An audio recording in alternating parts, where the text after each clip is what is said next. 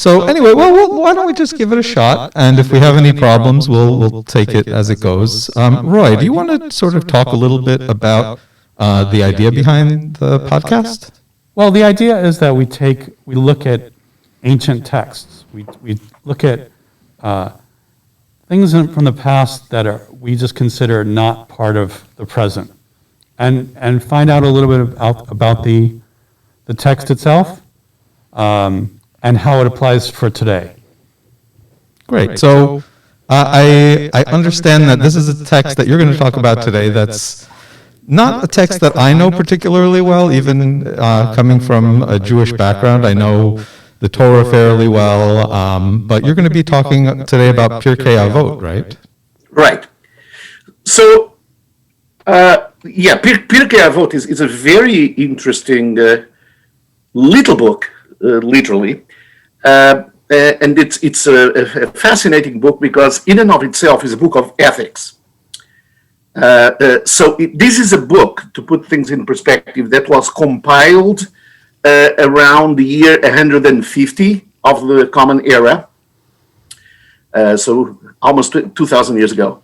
And it's a book that, it's basically a book of sayings and thoughts of Jewish sages, spanning the period from the destruction of the temple, that is around the year 450, and I was talking about the first temple, so 450 before the Common Era to 150 of the Common Era. So it's a period of 600 years, and basically, to put things in perspective for you in terms of the general history, it covers the period between Aristotle and again, 150 years after the Common Era, so after the historical birth of Jesus.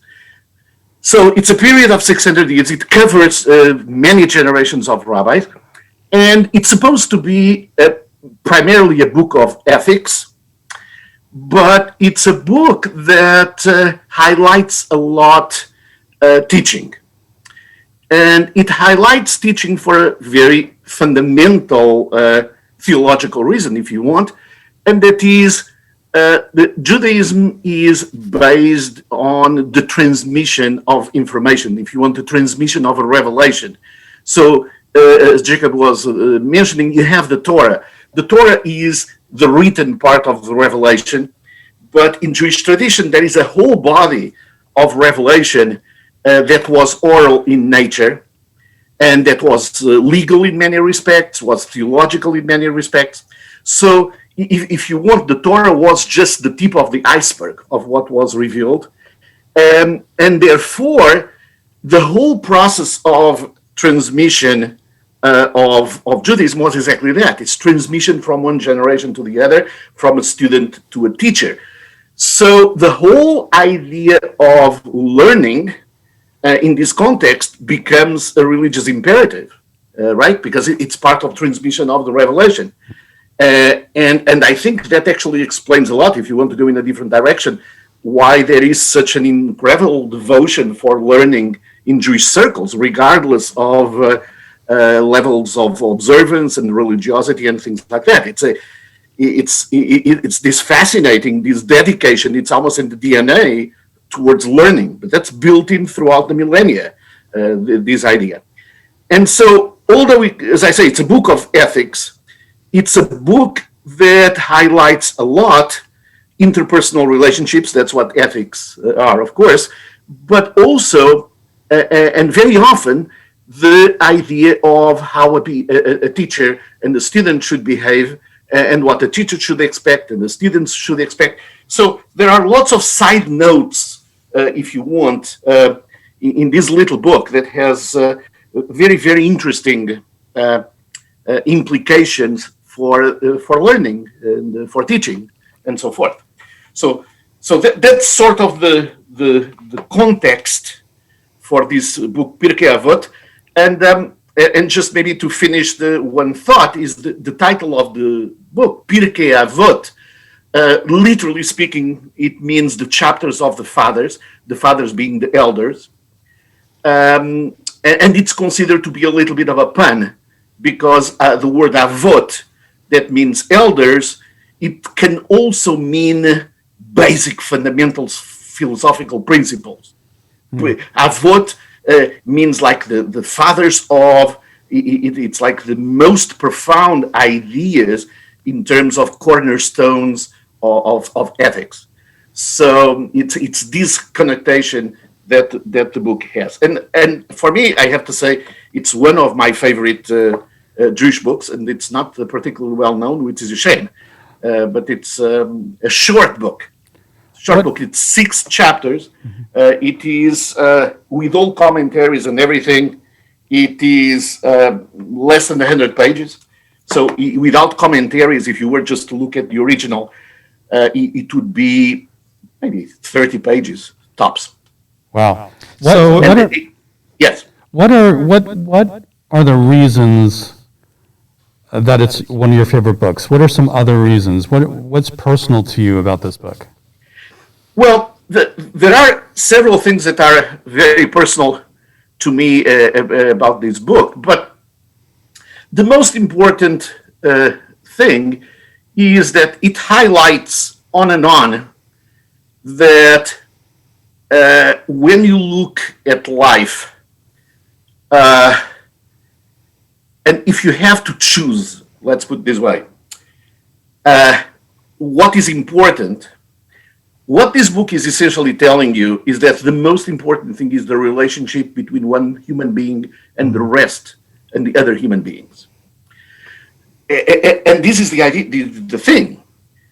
Actually, one of the very first opening ideas of the book is that the world, it says, the world is based on 3 pillars. And it says that the pillars are the Torah, that's the revelation, that is avodah, that is the service of God, that is prayer, and the third is gimilut chasadim.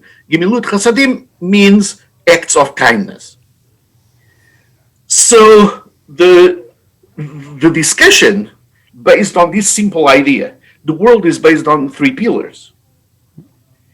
And the way we learn about this and the way we have to look at this is to say the world is not based on one pillar. The world is just not based on prayer, for example. It's not just based on reverence for God. If you have those 2 pillars and you've missed the third one, that is acts of kindness towards other people, the world cannot stand.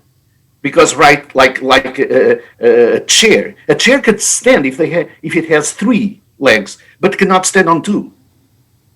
So when you say, I love God dearly and I spend my time praying, and at the same time you are a horrible person to everybody else, that doesn't fly.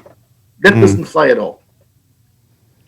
More importantly, what the sages say is that what is characteristic of our generation, if you look at these 3 pillars of the world, the revelation, prayer, and acts of kindness, is the book tells us the revelation was when? The revelation, if you go by the Jewish calendar, it is 3,300 and about 30 years ago. Very long time ago, the revelation. So of course we still have some connection with it, but it's a very old revelation. Prayer and the worship of God, it was in the temple service. We don't have the temple service. We have something completely different now. So it's not what it used to be.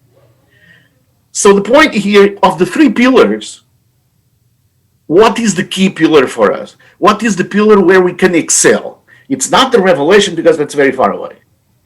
You can still have the leftovers of it, but it's far away. It's like the Big Bang. Of course, we still exist, but the Big Bang was very far away. It's not the prayer because we cannot connect with God as well as we could before. It's the acts of kindness. That's our pillar. That's the pillar that we as human beings can excel. And everything starts from here. It suddenly opens a view of the world that is very clear. You see what I'm saying? And the vision, basically what it tells me is, don't come and tell me that you love God if you don't love the human beings even more. That's pretty much what it tells me. If you tell me that you love God, but then you don't love the human beings, this is the same thing as me saying you're a painter, right? You're a painter. I like you a lot, but I hate your paintings. I cannot say that I like you as a painter if I say that I hate your paintings. So you cannot say that you like God and at the same time don't like God's creations. It just doesn't work. So it provides for me, this book, very simple. It provides a very crystal clear view of how to conduct ourselves. It's actually very simple if you look at it that way, right? So together with these, you have all types of recommendations on how to teach, how to interact with other people, and let me give you one other paragraph that for me crystallizes a little bit more in depth all of these that I'm talking about. It makes things crystal clear and at the same time turns things upside down, if you want. So one of the questions that a rabbi, this is about a couple of hundred years before the Common Era, he asks is, how do we understand wisdom? Who is wise? Who is a person that can be considered wise? And he asks, who is a person that can be considered strong? Who is a person that can be considered rich, wealthy, rich? And who is a person that can be considered honored? These are things that are important for us. I mean, I would like to be wise. I would like to be strong. I would like to be well-to-do, rich. And I would like to be honored, right? These are fundamental things in terms of how I feel I would be regarded by other people. And you know what the conventional wisdom answer to these issues, to these are, right? They 2,000 years ago, they were the same as they are now. When you say, for example, who is strong? I mean, what is strong? Strong, you mean you have a lot of power, okay? Or who is wise? You have a lot of knowledge and everything. Or who is rich? You have a lot of money and a lot of things. Or whose honor is everybody looks up to you. And Ben Zoma, the rabbi, comes and turns it completely around. Do you know who is wise? Who is wise is the one who learns from everybody. Wisdom is reflected on your ability to learn from everybody. And this is incredible because in the original Hebrew, the word that is used for everybody is mikol Adam. The word for everybody that is used is the lowest level of reference to the human being. So it's a human being just at the most basic level. Mm-hmm. So we learn from everybody, even from the lowest possible level. So maybe if it's somebody that is just an employee someplace, maybe somebody just serving at the table. It doesn't have to be somebody in university for us to learn from. Okay, that is obvious. But actually, the Talmud has a big discussion based on this, saying that we can learn so much from observing a thief. A thief. How come? Because he said, look, if you are a proper thief, if you are a professional thief, let's say, you prepare yourself completely. You have to be completely concentrated on what you're doing. And you're going to plan everything.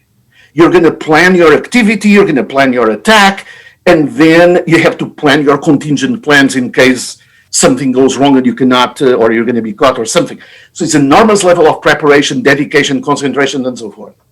And the Talmud says, if only we would do that, for example, in the relationship with other people. If only we would do that, we would put that level of effort, that level of focus, that level of concentration when we are talking about paying attention to our spouses, paying attention to our children, to paying attention to our friends. So you can learn from anybody. Of course, you have to be careful about what you learn, but you can learn from everybody. So who is wise? The one who learns from everybody. And then he continues, who is strong? Who is strong? Being strong does not mean that you have a lot of power in your hands. Your muscles very strong.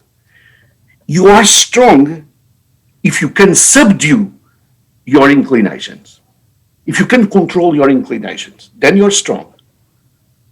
If you have an inclination to do certain things and you know it's not correct for one reason or another, and you can control them, that's strength. Arm twisting somebody, bullying everybody, somebody, that's not strength. That's so as you can see, all these signs of relations with other people that you're talking about, wisdom, that it's something that projects into other people, strength that projects into other people, what the rabbi is doing is bringing it around in words. How do you express your own wisdom is by relating to the other people and learning from everybody. How do you express your strength is by not imposing yourself on other people and subduing your inclination. And then it continues. Who is rich? How do you define somebody being rich? Okay, we know what conventional wisdom is, but what the rabbi says is you're rich if you're happy with what you have. That's the only possibility for being rich is if you're happy with what you have. Because our problem, and look, this is written 2,000 years ago plus. This is our society now, right?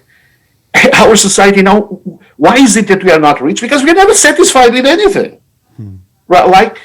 We live in a hedonic treadmill. The more we have, the more we want to have. You're never happy. So we are never rich. If you go ask our richest man in the country if he is rich, probably he will tell you that he isn't. So right, again, there's always the need for who more. is rich? Sorry? There's always the need for more. You turn it around and say again, the one who's happy with his lot. And just the last point, and I'll be very, very fast, again, is the last point is say, who is honored? How do you define somebody that is honored? It says, you're honored if you honor everybody. The one that is truly honored is if you give honor to everybody else. And again, we could continue a long time to see how, but you understand that these are very deep thoughts for 2,000 years ago, but they could not be more applicable now, right? Mm-hmm. So, I mean, I'm absolutely fascinated by this book and by all the wisdom and all the ideas that come through it. Can you tell us something about when this was written? Who wrote it? Why did they write it? That's a fabulous question. Fabulous question. So it's a fabulous question. I'll try to give as much as a non-technical answer as I can. So this book was written in a very, it was committed to writing. It was not written because, again, this is putting in writing the ideas and the thoughts of sages at that time already for a period of 600 years. And the main trigger for all of this to be committed to writing at that particular time, and the great leader that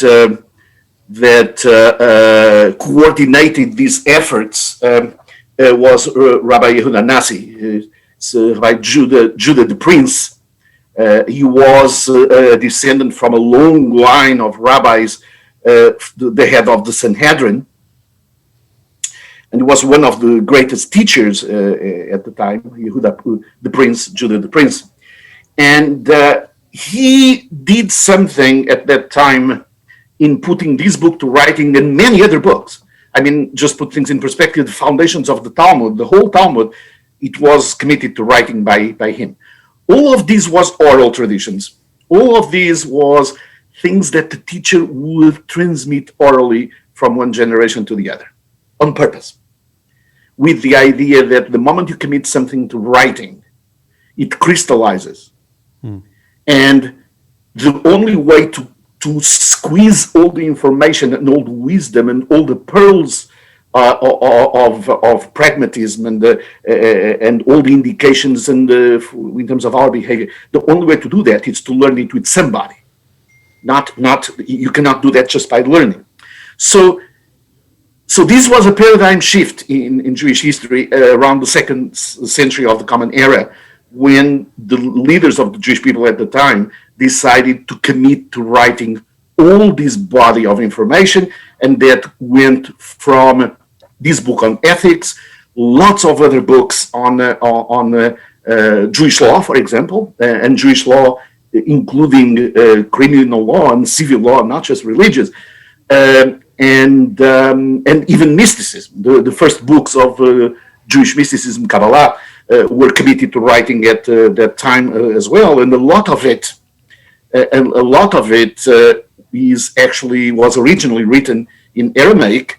That was the vernacular language in the land of Israel at that time, in the 2nd century of the Common Era. It was not Hebrew, it was Aramaic.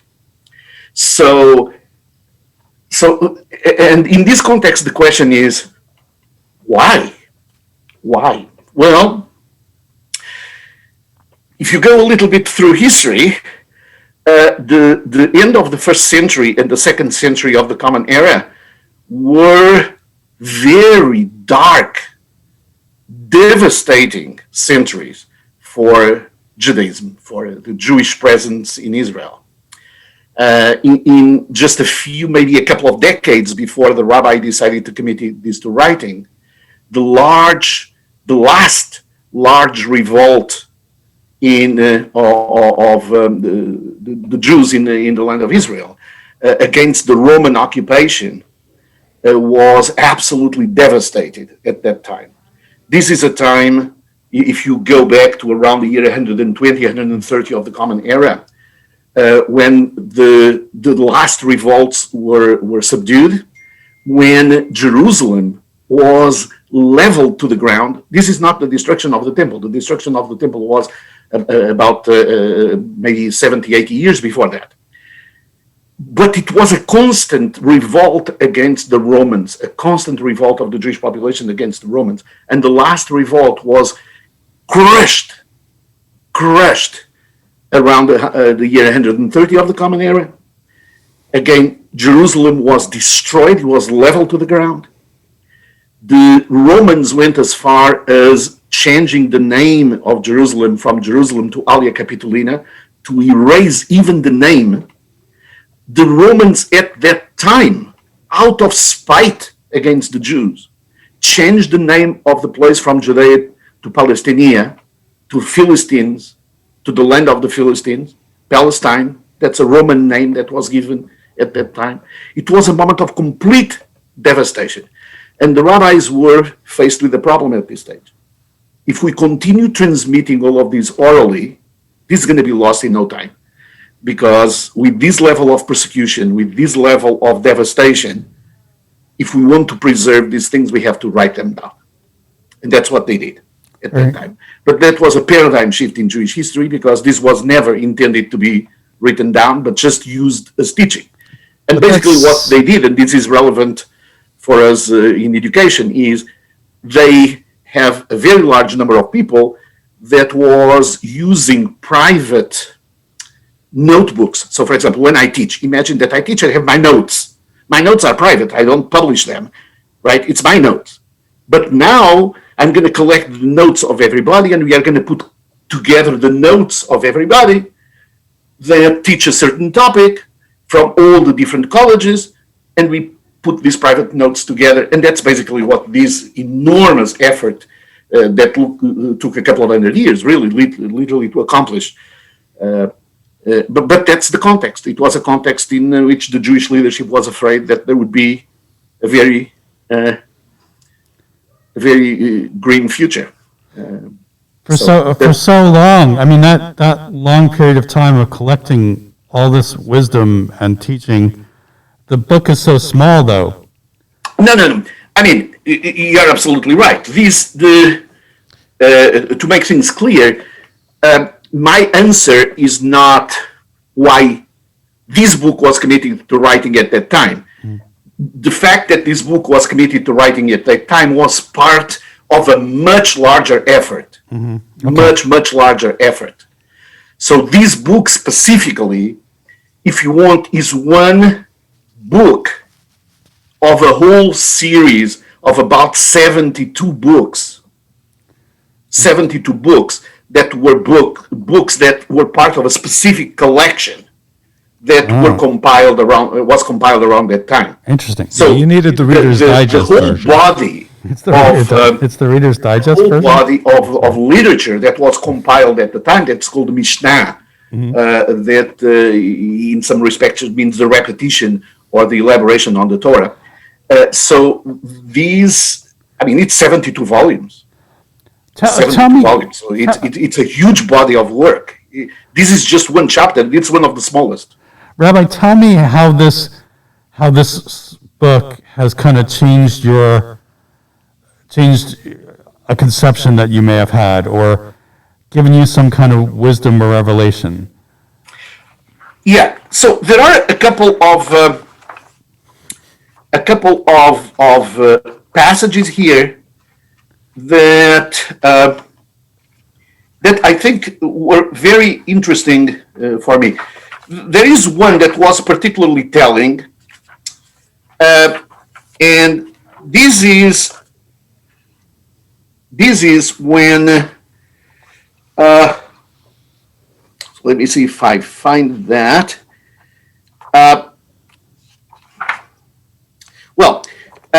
If I don't find that specific one, I can tell you exactly what. Yeah, you could summarize what it is. Oh, yeah. Just in terms of your thought. This is the way it recommends students to behave, and this actually was a very important lesson for me as a teacher, and you will see in a moment why.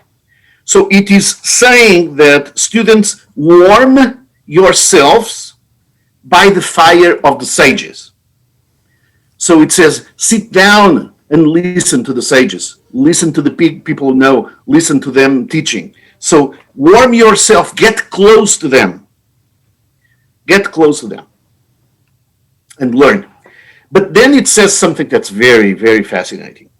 But be careful of their glowing embers, lest you be burned. And this is the thing. This is the thing. We can get very close to a teacher, and I can let a student get very close to me, but I have to be aware of the fact that there is a huge distance in natural terms between me and the student. And it's very easy if the student develops a false sense of proximity. It's very easy for a teacher that is at such a higher level than the student. Let's say you have a freshman and you have a college professor, a senior professor. And the student, for some reason, just because he talked to you 2 or 3 times and listened to you, he thinks that he's your best buddy. And he says something that you don't like. And what they say is that be very careful as a teacher, because you have to understand that when you answer to the student, you may be creating a devastating effect. Because if you reply in a way that is not nice, let's say, to a peer is one thing. But if you reply in a way that is not nice to a student that is so far away from you, in terms of this, in terms of the whole organization, these is actually, if you want, an early reference, a very indirect reference, among other things, to the idea of harassment. We have to understand that when you have 2 people that are not of the same level, just snapping on a student can be a form of horrible bullying, even if you don't intend it. So the point for me, and this is one thing that I learned, because in my career, especially when I was younger, I remember, look, you're a young faculty. You're a young faculty, you try to get close to people. You try to get close to the students. It's like they are your best buddies.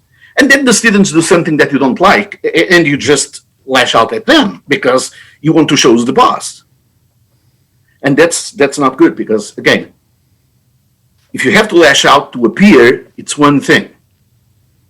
But when you talk about a student, you have to understand how harmful that is. So for the students here, it's saying, well, sit down by the feet of the sages, learn with them, be very close to them, but watch out, don't get too close because their fire that is warming you in terms of knowledge, their fire may also burn you.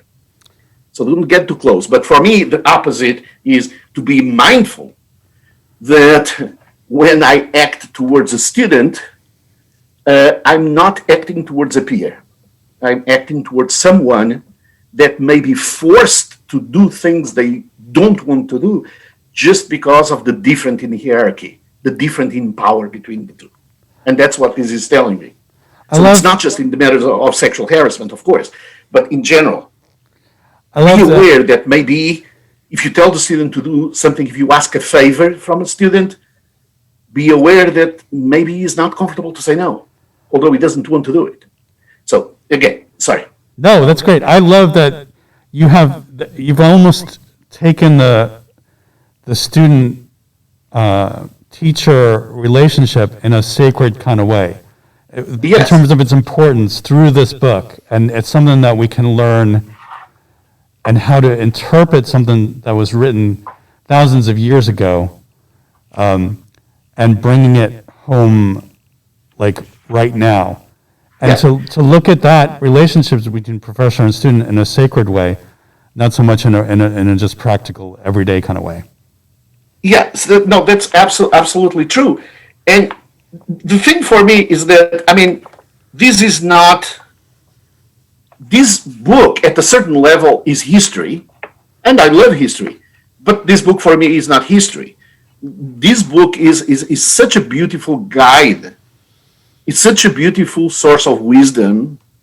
And the more you look at it, the more you look at these nuances, and if you look at the commentaries that were written throughout so this book is, for me, is not about the past. The reason why I think this is an incredible book, that everybody who's interested in ethics and who is interested in just becoming a better person, certainly a better teacher, but a better person, should be able to read and learn. Although just looking at the book itself without learning it with somebody that knows the context, it's not going to take you very far away.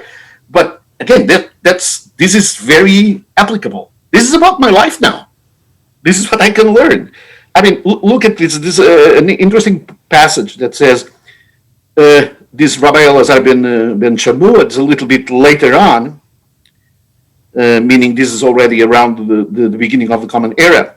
It says, let the honor of your students be as dear to you as your own honor. The honor of your students be as dear to you as your own honor. Let the honor of your colleagues be as the reverence for your teachers. So you should honor the same way as your colleagues, the same way as you look at your teachers. And be the reverence to your teacher, be like the reverence for heaven. So essentially what this is telling is, if you look, you have basically your students, you have your colleagues, and you have your teachers. And you look at the students as somebody below you, and you look at your colleagues as somebody at your level, look at your teachers as somebody a little bit above you. And this is basically telling you, push everything up. The students are not below you. The students at your level, honor them as you honor you. Bring them up to your level in terms of honor. And then to your colleagues, give them a little bit more honor as if they were your teachers, because you know what? Your colleagues are your teachers. We learn a lot. I mean, anyone who's a teacher, they will tell you, if they want to be honest, that the people they learn the most is from their students and from the colleagues. I mean, I'm telling you, it's any teacher that wants to be honest is what they are going to tell you. I learned a lot from my teachers, but I learned even more from my students, and I learned even more from my colleagues. So I'm bringing the students a level up, I'm bringing the colleagues a level up, and I'm bringing the teachers a level up. And you know what? If I miss my aim, I'm aiming so high that I will hit the right target. But if I'm aiming at the students already, putting them at a lower level than me, much lower level than me, if I miss the target, I'm going to miss it really bad. So it's again, honor the students, be it as dear as yours, the honor of your colleagues, as your reverence to the teacher, and the reverence to the teacher is a reverence for heaven. There is it says very interesting. He follows up. It's the same rabbi saying the same. It says, "Be very cautious in your study because of what you may be doing in account of that." Essentially, this is what he's telling you. Before you teach somebody something, make absolutely sure that you know what you're talking about. You know why? Because as a teacher, people are paying attention to you. And they're going to do things the way you tell them. And of course, if this is mathematics, okay, whatever. But teaching is not just about the content, it's about the way you present yourself, it's about the way you communicate to people. I mean, my students, from me, hopefully, they are not just learning the materials, they are learning a certain attitude, they are learning a certain way of dealing with people. Okay, so the thing is that if I don't study carefully and I'm teaching something that is wrong, this has a devastating effect because it's going to propagate falsehoods. And I don't want to bring the conversation to anything that is overly current in terms of politics, but we understand. What this is telling you is that, look, if you are in a position of power, in this case as a teacher, but if you are in a position where people listen to you, you better study carefully before you open your mouth. You better know exactly what you're saying before you open your mouth, because what you're saying can have devastating effects if it's not correct, if it's not accurate. Even if you're doing it unwittingly, you can let people astray in a very... So it's fascinating because, look, you're a teacher. Imagine that you're in the beginning of your career. There is only so much you know. And it's difficult sometimes to go in front of the students and say, I don't know. But you know what? It's better to say, I don't know, and I'm going to check. And I'll let you know. It's better to do that than to just say the first thing that is comes to your mind. People pay attention to you. People take you seriously. So when you tell people to do X, Y, and Z, or you give by example that X, Y, and Z, and again, I don't want to, but I'm sure you can read in between my lines what this means in terms of the awareness that people that are in the public domain, and therefore they are teaching us through their influence. And so yes. It's very applicable to now. It's something that was from so long ago. Yes. Well, which also tells you that things don't change a lot. I mean, it's fascinating. This is not about education, but in the very beginning of the book, it says there is a passage that is by Shmaya and Avtalion. These are a pair of rabbis. That one was the head of the Sanhedrin, the other was the head of the Supreme Court, let's say, of the Jewish people at the time, and it's interesting. Again, it's the very opening paragraphs of the book, and he says that love work. Okay, well, but then it says abhor power, and do not fraternize with the government.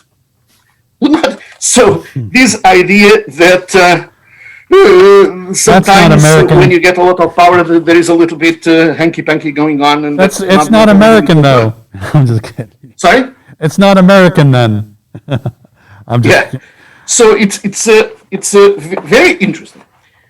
There is if you mention, I'm just trying to give you passages and thoughts that were very marking for me in terms of my own way of doing things, and my way of teaching, my way of conducting myself. There is a passage also towards the end of the book, is on the 5th chapter.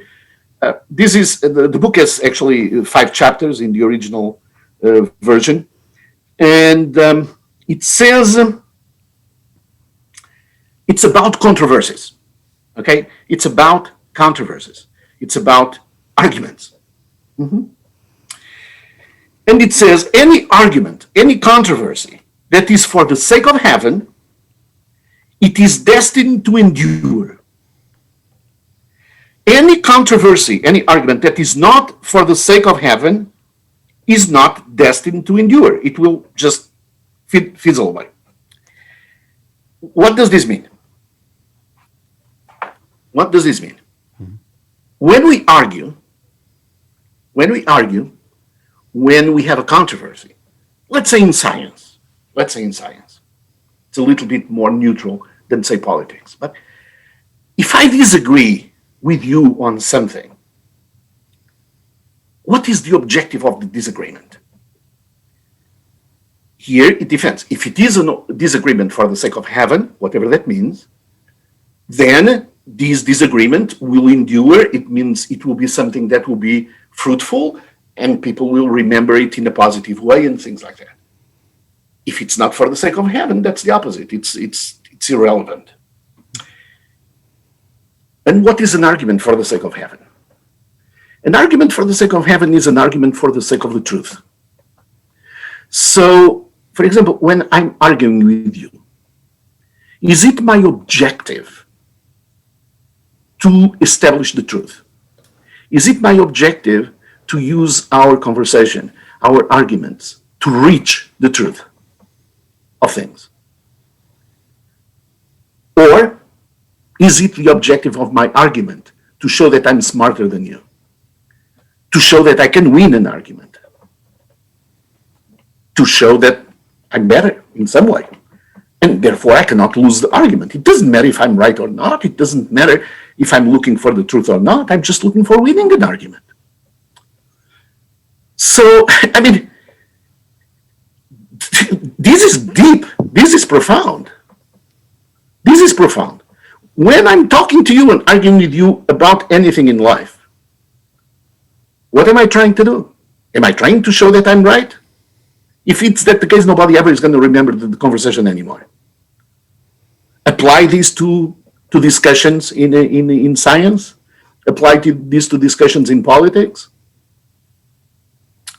If all you're doing is argumentation for the sake of, not for the sake of heaven, meaning you're not looking for the truth, you're just trying to make points, nobody is going to remember what that controversy is about. You're just going to remember that you're arguing with the other guy, and that's about it. So the controversy does not endure.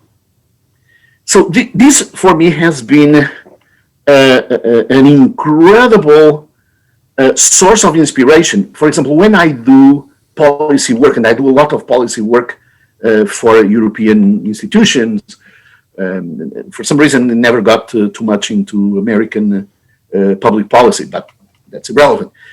And one thing that I tell people very often is, you ask me my opinion, I'm going to give you the opinion. If you want to talk to me and argue with me for the sake of figuring out what the correct way of doing things, I'll talk to you the whole day and the whole night. Mm-hmm. If your objective is just to show that you're right and I'm wrong, I concede now. I am not interested in talking about it. Okay, if you want to be right, that's fine. That doesn't matter to me.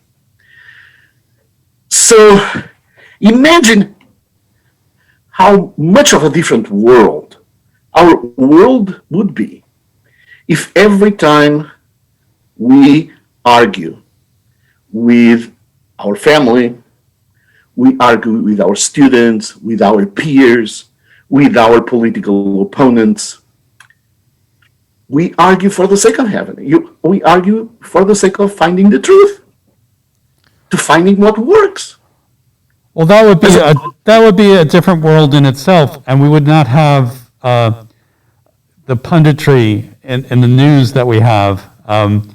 or the 24-hour news cycle as we do, if we went by that way. But I mean, I think you should at the very least allow me to dream. Right? I mean, I can dream. Yes. Right. But look, in all seriousness, this for me is, as I mentioned, not even about American politics, but in European politics, I've been very often in policymaking in situations like that. I mean, people want to look. I'll give you an interesting personal experience. This is professional. This is me as an economist, but it's fascinating. Okay, I work a lot in the area of environmental economics. I do a lot of work in the area of carbon taxation. Okay, I have lots of interesting things, I hope, in terms of carbon taxation. And in 2015, I was head of a commission that was designing a carbon tax to be introduced in Portugal. And indeed, the carbon tax was introduced, and by and large was introduced with lots of ideas that I brought to the table. And it was a very rewarding experience because, I mean, I cannot say that about many things in life, but I can say that there is a carbon tax in Portugal because I had an important part of it. Okay, and this is the thing that is fascinating. You know, when you think about the carbon tax in the United States, if you look at the political spectrum, everybody on the left loves the carbon tax. Everybody on the right, I mean, I'm just being general, doesn't like a carbon tax at all. I mean, I think it's a misguided notion because carbon tax can be good for everybody, but just as a description of how the political system works. So left loves carbon taxes, right does not like carbon taxes at all. This is true in most countries. It's certainly true in the United States. Now, who was in the government in Portugal when these tax proposals were being promoted, and who was actually in leadership for this? It was a right-wing party. It was a party that was similar to the mainstream of the Republican Party in the United States. So, and you know what? Every single left-wing party in Portugal, okay, every single one voted against the carbon tax. I thought this was absolutely fascinating. Why did they vote against the carbon tax? Because the carbon tax is something they like. They voted against it because it was coming from the right, a right-wing party. There you go. And this is nuts. This is just nuts. Well, you know? It's nuts in one way, but it's not nuts in another way. If you think about larger issues of wanting to, have one party in power over another party, you could understand that there are some long-term desires for the left to not make the right look good. Yeah. And that's not necessarily against the truth. It's just another way of looking at things. Yes. But in this particular case, the point for me was that a lot of the argumentation that I had to go through, it was, and look, this is, I'm not claiming that I'm right, I'm just claiming that this was my feeling with all of those argumentations, is that people just did not want to give credit to somebody else. And look, you can say something along the lines, and I was told that in the past, in different circumstances, that would be a good policy if it were coming from somewhere else. But since it's coming from there, I'm not going to approve it. And incidentally, there was something, I just heard an interview yesterday. Oh, I'm so bad with names of politicians. So this is a senator from Virginia. Oh my gosh. Anyway, basically, and I thought it was very interesting because apparently he was one of the greatest proponents of this judge that is now in the process of confirmation for the Supreme Court. And he was one of the main people to appoint her for the Supreme Court of Appeals and I don't know what, and he's a Democrat. Mm-hmm. Oh, he was the the running mate of Hillary Clinton. I'm blanking. Oh, I'm sorry. Tim Kaine? I'm getting a senior Tim moment. Kaine. Tim Kaine. Tim Kaine. Tim Kaine, exactly. And so Tim Kaine actually answered in a way that I liked, because he said, because the question was, you were such a proponent of her before, and what are you going to do now? I mean, she's not good now? And he says, no, she is good. But I cannot vote for her because of the political circumstances, because of this and that. I can deal with that argument. No problem at all. I understand it. Don't come and tell me, however, that you thought she was very good and now she isn't. You see what I'm saying? Right. So, but again, the going back to our text here, the important idea is, at least the guideline for me is to try to, when I argue with people, when we get, not necessarily a bad argument, but any conversation that is a little bit more contentious in terms of content and so forth, I think it's incumbent upon us, and I certainly try to do it myself, not to make the conversation about me. And I would like to think that at least I try to conduct discussions for the sake of finding what the reality is, what the truth is, what works the best. And of course, very often it's much easier said than done. Mm-hmm. But it's a good objective, I think, at least for me. And it's a good objective for interaction with colleagues and students, right? Yeah. If a student asks you a question, it's very tempting to ask the question in a way that shows that you're much better than the student, or even if the student asks you a question that it cuts you off, catches you off guard or some way, okay, and it's okay to say, I'm wrong. I mean, hopefully not all the time. That would not be very reassuring, but yeah, it's okay to say, I don't know. It's okay to say, I'm going to check. Yeah, I'm going to Google. That's my You're going to Google algorithm these days, So. Well, no, I appreciate you coming to talk to us about how this ancient text just applies to how you teach today. So, and that's one of the points of this podcast is to show that these texts can really apply.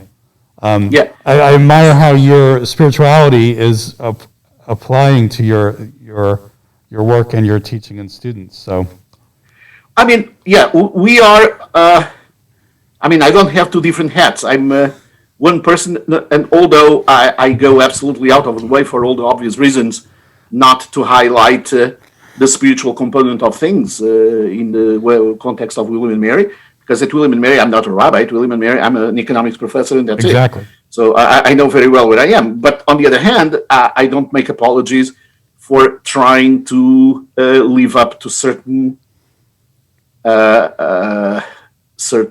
standards and certain lessons and certain.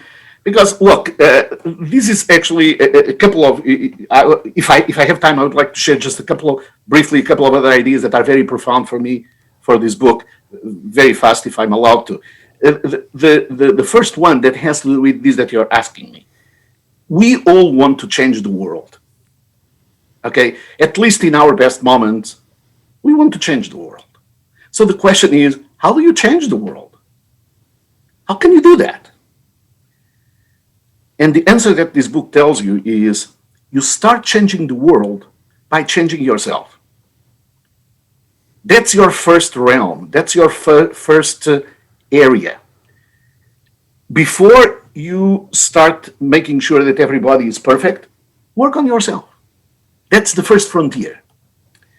So, I mean, I may not be able to change the world by giving gazillions of dollars for the famine, I don't know where, but in my own realm, if I can work on myself, maybe the people I get in touch with maybe will benefit a little bit. Maybe the students will find some compassion where they wouldn't otherwise. Maybe. So it's the answer to the question, how do you make this world a better world, is a better world starts with a better me. That's where it starts. Mm-hmm. So that's one thought. The other thought that I think it's a very important thought, and it's a little bit against the grain of our American culture, let's put it that way, certainly the learning culture, is towards the end of the book, it says that delve in learning. The more you learn, the more you try, the more you will understand and perceive. Grow old learning, go over it on and on and on. And then it says, because in terms of learning, and of course, again, this is talking about spiritual stuff, but applies to all the learning in my mind. According to the pain is the reward. According to the pain is the reward.